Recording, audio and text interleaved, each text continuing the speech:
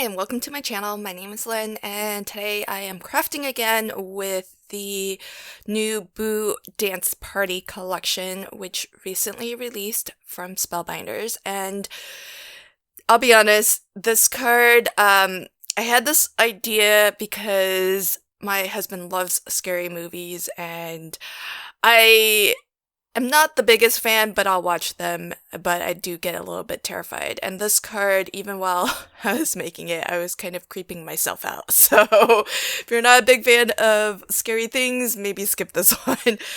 So this is the ghost die, and what I'm doing here is I'm just putting some low tack tape. It's just painter's tape, and I'm trying to line up this piece of tape to the bottom edge of this die because the die plate cuts out two separate die cuts. One that is the ghost body, and the extra little bit at the bottom there is one of his arms. I don't want that arm to cut out. So what I've done is I've just marked that line so that I can place my top cutting plate so that it's above that line or just right up to that line, but not below it. That way we can do a partial die cut of the ghost and get most of the ghost without cutting that extra little bit. And the reason why I wanted to do this is because I'm going to make an Eclipse style card, which is where you have a background. It can be pattern paper, it could be a background that you've created, and then you die cut right into that background and lift what you've die cut out of it, lift it up with some foam. So here I'm going to die cut the rest of the ghost on the portion of that bottom part that we were not able to reach with the cutting plate because it does extend below that initial black line that I marked off. But it's safe to cut there because the arm doesn't stretch across to that side. So now that we've done the partial die cutting, most of this should have been die cut. Now there might be some areas at the particularly right above the arm. You can see it's a little bit attached still, but I can actually see where it's been partially indented. So I just took my craft knife and cut along there. I'm trying to keep this particular cutting mat nice and pristine for video purposes. You might have noticed that I've swapped it out. My previous one, I used quite a lot and cut into quite a lot, so it was getting a little bit mucky.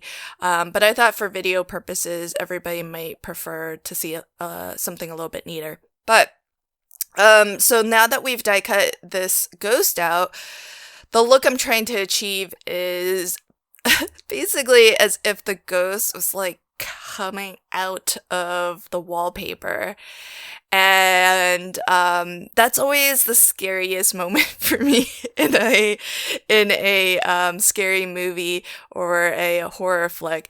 So I've backed the aperture with some black paper so that you don't see that white. I think that just makes it a little bit scarier because it just looks like dark shadow.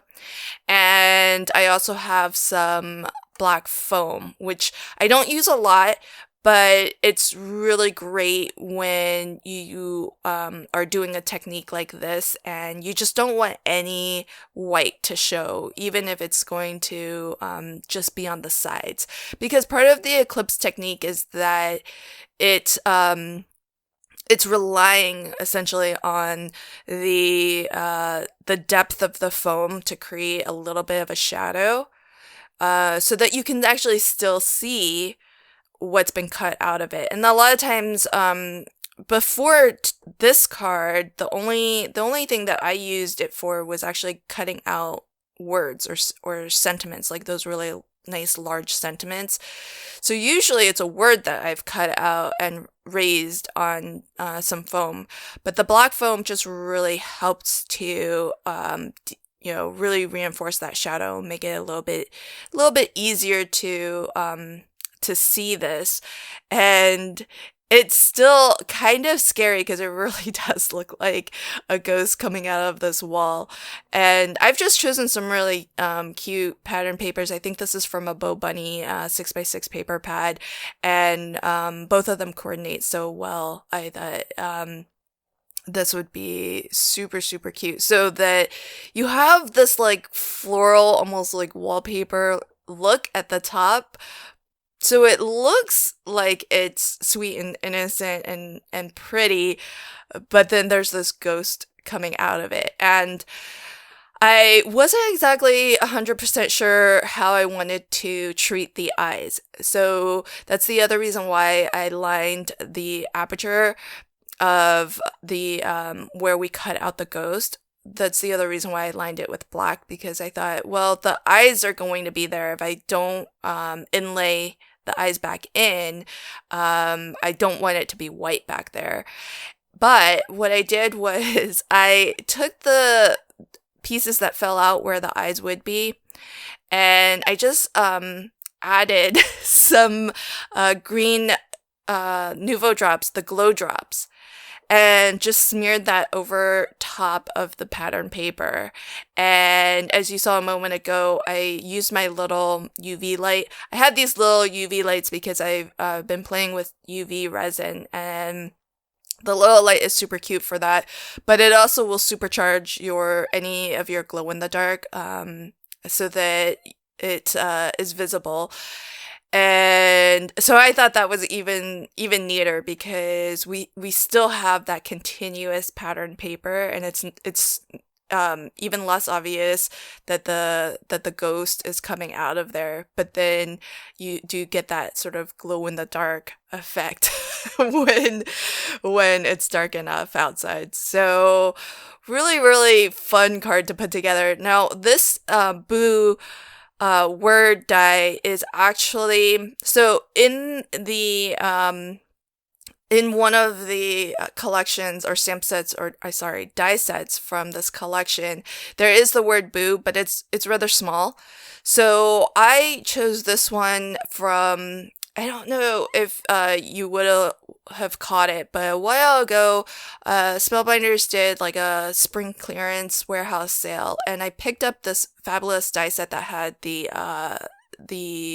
portrait picture frame, like a Polaroid frame, and in it there were also a lot of things that were great for using year round, and Boo, this word die, was one of them. So it's an older set. It's actually, I think, in Fun Stamper's Journey packaging. So if it's still available, I'll try to find it and link to it. But I thought that was fabulous size and scale for finishing off this card. I hope that you enjoyed my spooky card today. If you did, please consider liking, commenting, and sharing. And if you haven't already, subscribe to my channel and ring that notification bell. Thanks so much. Until next time, happy crafting and have a fantastic day. Bye.